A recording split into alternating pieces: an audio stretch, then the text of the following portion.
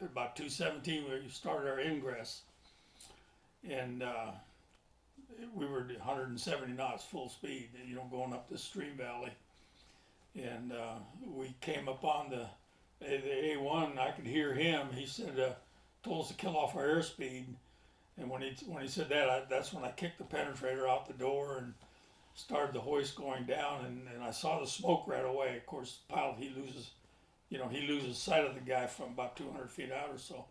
So I started giving him hover instructions, the distance to the survivor, and I had the hoist going down full speed, which is 200 feet a minute, and I had the hoist landed right at the guy's feet.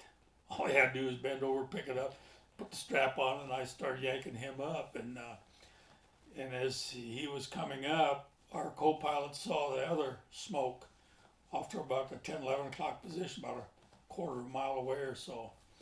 And so while we were hover taxiing over there, I was bringing the guy, the front seater, which is Alpha, brought him up, got him in the cabin, and then I saw the smoke, started giving hover instructions, and as we were coming over the smoke, I saw these, out of my peripheral vision, I saw these hands moving. And initially I thought it was a bad guy, because he's up here and the smoke is down here, I'm looking at the smoke, When you said you saw the hands moving, in our conversation earlier, you were describing how hard it was to see someone. Oh yeah, he's got the green flight suit on, or the tiger stripe. A lot of them wore them, Yeah, that's all you can see because of the foliage that he was in. So all you saw were some hands at first, and then what happened from that point? Well, I thought the guy was getting ready to pull an AK-47 and getting ready to hose us down, And then I looked closer and I said, "No, that's the guy. Why is there smoke down here? And he's up there. He must have thrown a smoke, good 75 to 100 feet."